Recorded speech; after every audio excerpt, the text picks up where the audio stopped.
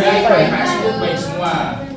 Mau pengen jadi teknisi, insinyur, dokter bisa masuk IPA. Dan semisal kalau udah main IPA tapi nggak bisa masuk IPA, malah terpental ke IPS, jangan berkecil hati.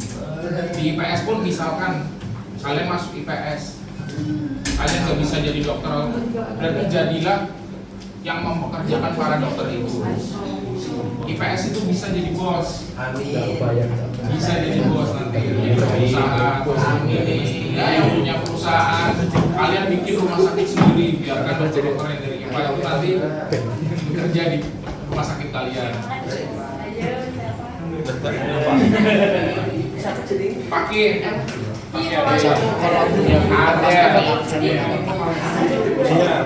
Adus. Ya, sebelumnya siapkan dulu LKS sama buku tulisnya. Ya, sambil kalian menyiapkan, kita review tentang lembaga keuangan. Lembaga keuangan itu ada lembaga keuangan bank dan non-bank. Nah, bank itu dibagi dengan berdasarkan apa aja? Lembaga keuangan ada berdasarkan pemilikannya, ada berdasarkan. Nah, salah satunya ada bank sentral. Bank sentral di Indonesia siapa? BI. Jadi ada 3 tugas dari Bank Indonesia. Yang pertama, pengawas jasa keuangan. Iya, pengawas lembaga keuangan atau bank terutama. Dia sebagai pengawas bank. Lalu ada lagi sebagai pemberi kebijakan moneter. Lalu yang satu lagi adalah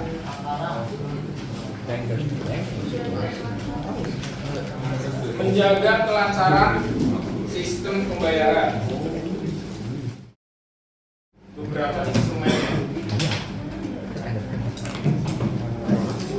Nah, ini ada penjelasan tentang sistem pembayaran. Adalah sistem yang mencakup seperangkat aturan, lembaga dan mekanisme yang digunakan untuk melaksanakan pemindahan dana guna memenuhi suatu kewajiban yang timbul dari suatu kegiatan ekonomi. Jadi dalam sistem pembayaran itu harus adanya kegiatan ekonomi. Kegiatan ekonominya apa? Jual beli. Kalau tidak ada kegiatan ekonomi, sistem pembayaran tidak akan terjadi. Nah, di sini ada komponen sistem pembayaran. Ada sistem transfer dana, pembayaran. Kemarin kita sudah lihat videonya juga ya. Ini ada sejarah dari uang. Nah, di sini ada sekilas tentang sistem pembayaran dari Bank Indonesia. Ada infrastrukturnya, yaitu ada ya, Jericho. Gerbang pembayaran nasional. Gerbang pembayaran nasional, benar.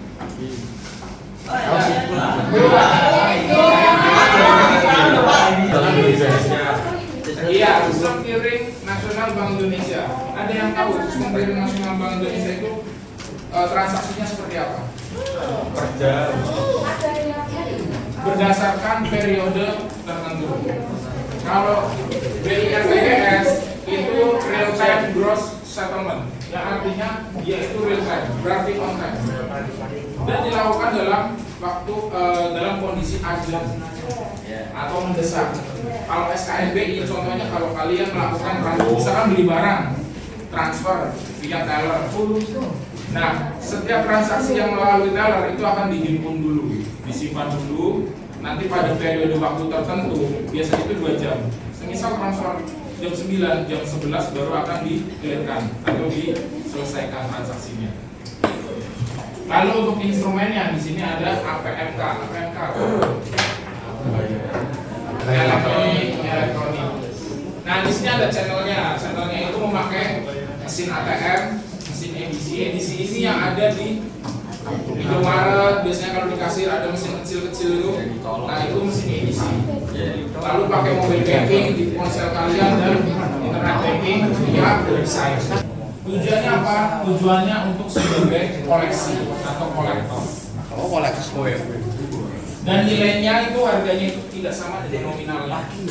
Kalian bisa lihat ini tahun emisi 2016. Ini mulai diterbitkan itu dimulai dari tahun emisi 2016. Nah, di sini nomor serinya itu sama. Nomor seri dari uangnya itu sama. Keempatnya. Ini bukan salah cetak atau gimana, tapi ini memang sengaja dicetak oleh Bank Indonesia. Dan nanti dikasih sertifikat. Sertifikat bahwa uang ini itu asli yang diterbitkan oleh Bank Indonesia. Dan jumlahnya terbatas. Jumlahnya hanya sekitar 50.000. Harganya nggak tahu, misalkan itu 50 ada 4, harusnya kan 200. Itu bisa jadi harganya itu di atas 500.000. Jadi kayak pada kontak gitu Pak? Iya, sebagai item kolektor. Nah ini contohnya, nanti kalian dapat boxnya. Ini nomor serinya itu sama, keempatnya. Keren kan? Keren sekali. Nah di tahun emisi yang terbaru 2022 itu juga sudah ada. Jadi kalian bisa membeli dalam bentuk yang 4 lembar seperti itu atau langsung 50 lembar. Buset. Kertas besar. Kalau itu prosesnya itu dalam bentuk lelang. Kalau yang nominalnya di atas 20.000, dari 20.000 sampai 100.000 itu benang pengamannya dianyam. Jadi masuk ke dalam jember. Dianyam. Ya Pak. Oh, alah.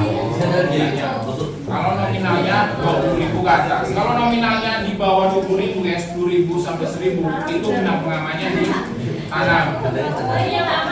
Ini ditanam. Tapi beda kalau di uang nominal 75.000. Kalau 75.000 itu nominal. Ya, itu juga salah satu kolektor juga bisa. Nah, kalau 75.000 itu benang pengamannya ada 2, satu ditanam dan satu dianyam. Ada di kedua sisinya. Nah, karena itu edisi khusus, edisi 75 tahun Indonesia. Jadi pengamannya ada 12. Chelsea.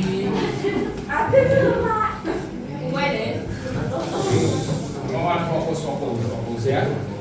Nah, lalu ada cetak intaglio. Cetak intaglio yang mana? Apa Hazel?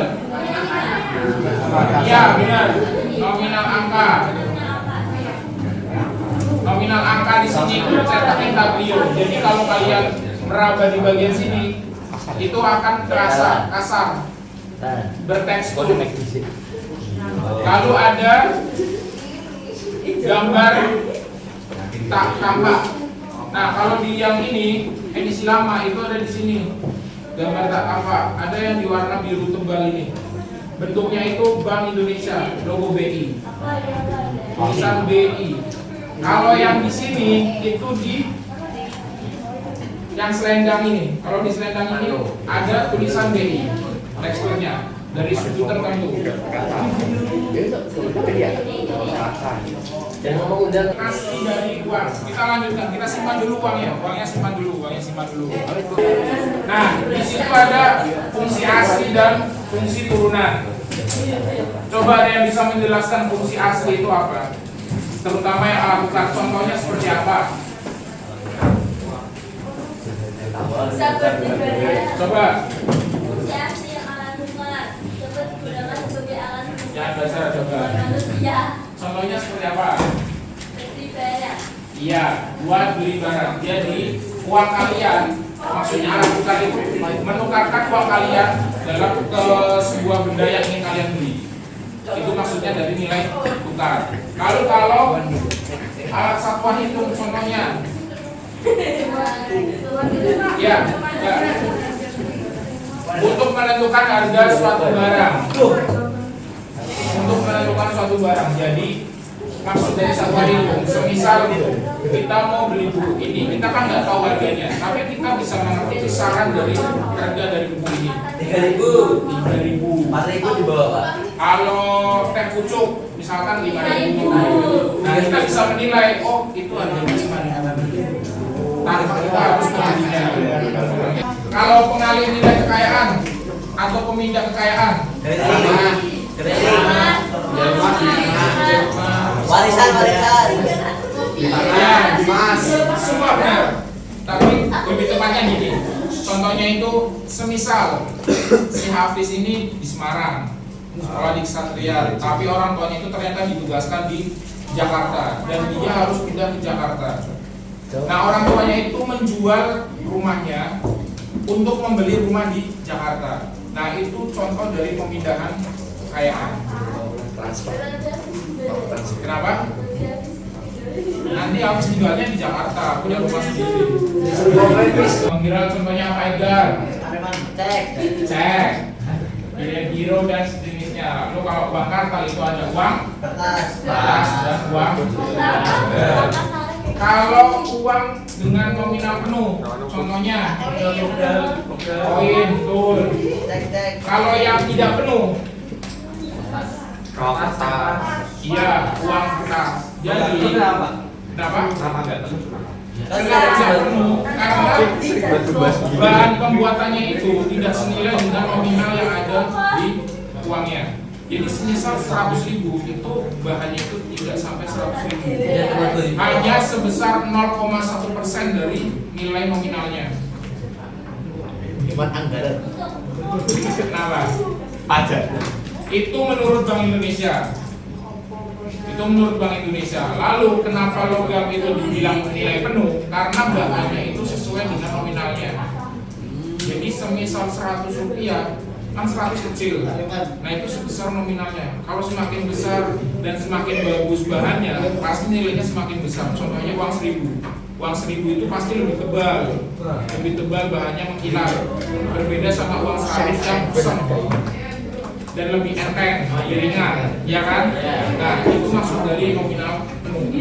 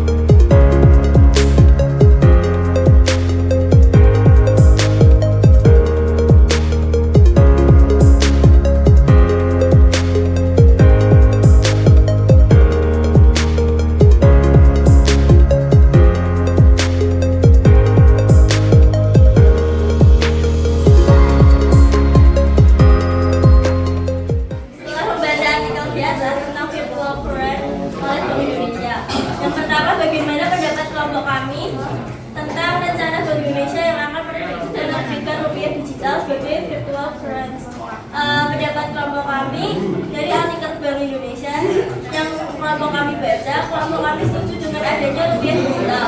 Dikarenakan dengan rupiah digital, mata uang menjadi lebih aman, lebih mudah, murah, dan andal. Yang nomor 2, setujukah kalian dengan penerbitan rupiah digital? Kelompok kami setuju karena dengan rupiah digital akan mempermudah akses transaksi publik, dan digital juga rupiah tetap menjadi satu-satunya mata uang yang sah di negara.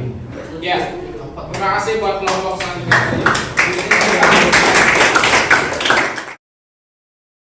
Ini pertemuan terakhir Bapak masuk ke kelas kalian.